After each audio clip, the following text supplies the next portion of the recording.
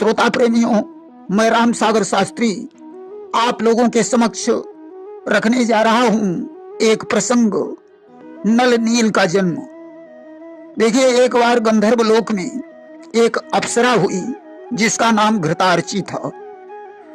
घृतार्ची बड़ी सुंदर थी, जिसने हनुमान जी से नृत्य संगीत की विद्या प्राप्त की। पारंगत होने के उपरांत घृतार्ची ने हनुमान से गुरु दक्षिणा मांगने के लिए आग्रह किया। हनुमान ने कहा, घृतार्ची, मेरी गुरु दक्षिणा उधार रहेगी, समय आने पर मैं स्वयं मांग लूंगा।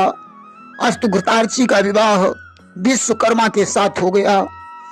विश्वकर्मा ने घृतार्ची से नृत्य और संगीत का परित्याग कर देने का वचन लिया। कालांतर में घृतार्ची ने एक सुंदर कन्या को जन्म दिया जिसका नाम चित्रांगदा था। धीरे धीरे चित्रांगदा कुछ बड़ी हो गई तो घृतार्ची उसे नृत्य संगीत सिखाने लगी। एक दिन की बात है, पुत्री को नृत्य सिखाते समय विश्वकर्मा जी आ गए। घृतार्ची ने उनसे क्षमा मांगी, विश्वकर्मा ने क्षमा कर दिया। एक बार देवराज इंद्र के यहाँ नृत्य संगीत का आयोजन हुआ। इंद्र ने देवदूतों को घृतार्ची के पास भेजा। घृतार्ची ने कहा, देवदूतों, मैंने अपने पति को वचन दिया है कि मैं जीवन भर नृत्य संगीत में भाग नहीं लूंगी, इसलिए देवराज इंद्र से मेरी तरफ से क्षमा मांग लेना। चित्रांगदा ने उस समय कहा, मां, पिताजी घर में नहीं हैं, इसलिए तुम चली जाओ, उनके आने पर मैं उन्हें समझा लूंगी। कि बेटी के कहने पर इसने फिर इंद्रलोक प्रस्थान किया, जिसको प्राणेश्वर ने रोका, पत्नी ने वही काम किया। अस्तु पुत्री के कहने पर घृतार्ची इंद्रलोक को चली गई। इधर विश्वकर्मा जी ने घर में आकर घृतार्ची को नहीं पाया तो उन्होंने चित्रांगदा से पूछा, घृतार्ची कहाँ है? चित्रांगदा ने कहा, वे देवराज इंद्र के यहाँ कुछ काम से गई हैं। आज विश्वकर्मा ने इंद्रलोक को प्रस्थान कर दिया। घृतार्ची को नृत्य संगीत करते हुए देखकर उन्होंने भरी सभा में उसके मुंह पर तमाचा मार दिया।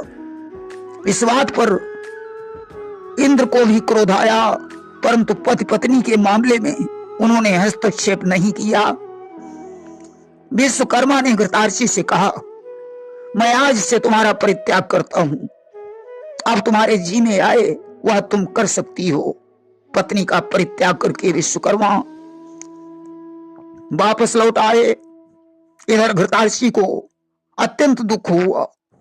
वह कुछ देवताओं को साथ में लेकर विश्वकर्मा से क्षमा मांगने के लिए आई। कि जब पति ने ठुकरा दिया, दुख हुआ अत्यंत, क्षमा मांगने के लिए आई प्रिया तुरंत।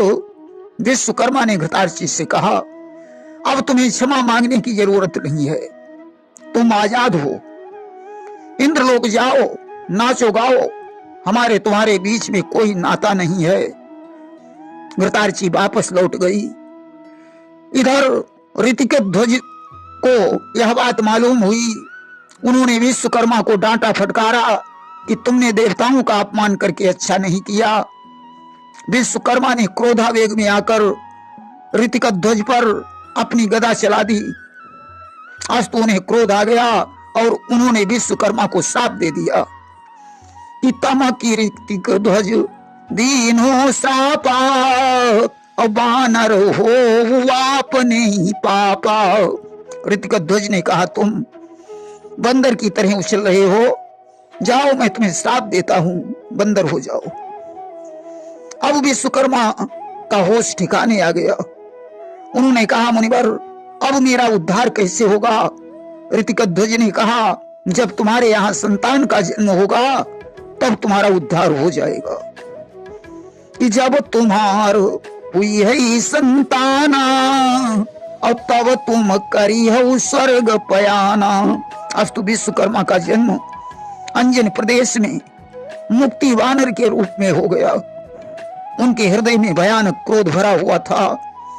उन्होंने अंजन प्रदेश में आतंक मचा दिया, 20 बंदरों को मार मार कर जख्मी कर दिया। कि अंजन प्रदेश में बानर ने ऐसा उत्पात मचाया है, 20 कपि घायल कर डाले, आतंक बड़ा ही छाया है। उनके मुख से एक ही शब्द निकलता था, मुझे मुक्ति चाहिए।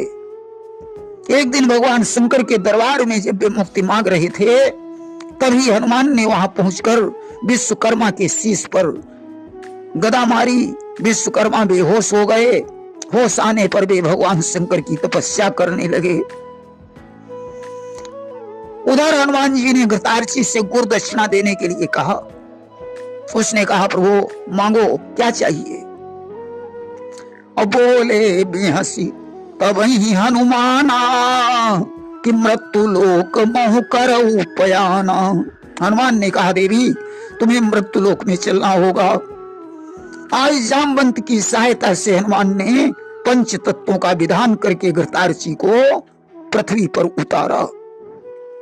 विश्वकर्मा और घृतार्ची का मिलन हो गया। अपनी पत्नी को पहचान कर विश्वकर्मा जी बड़े प्रसन्न हुए। कालांतर में मुक्ति बानर रूपी विश्वकर्मा से 2 पुत्रों का जन्म हुआ। किते ही कपि दुई बालक उपजाए, और जगमा नल और नील कहाए। जिन्हें नल और नील के नाम से जाना जाता है। मतंग मुनि के द्वारा उनका नामकरण संस्कार हुआ।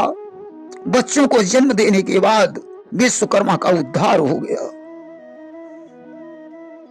नल नील बचपन में बहुत उपद्रवी थे। एक बार सरिता के निकट कुछ मुनिवृंद बैठे ठाकुर जी की पूजा कर रहे थे कि सरिता निकट रहे मुनि छाई, और करई उपद्रव दोनों भाई। वहां नल और नील दोनों भाई उपद्रव कर रहे थे। जब मुनिवृंद आंख बंद कर ठाकुर जी का ध्यान करने लगते तो ये ठाकुर जी को उठाकर पानी में डाल देते थे कि आंख मूंदी मुनि ध्यान लगावई, और तब यह ठाकुर कहूं लई जावई। और सो जल में 3 दिन डुबाई, और तब मुनि साप दियो ऋषियाई। ऋषियों को क्रोध आ गया और उन्होंने नल और नील को श्राप दे दिया कि वस्तु तुम्हार छुई जो होई, और पानी पई उतरावई सोई। तुम जिस वस्तु को छूकर पानी में डाल दोगे वह वस्तु पानी पर तैरने लगेगी। इसीलिए भगवान राम जी से समुद्र ने कहा था कि नाथ नील नल कपि 2 भाई, और लरिकाई ऋषियाशीष पाई।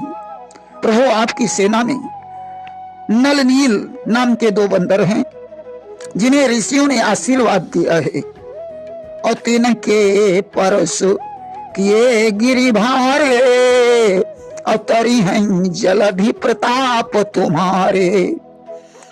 उनके छूने से भारी पर्वत भी आपके प्रताप से पानी में तैरने लगेंगे।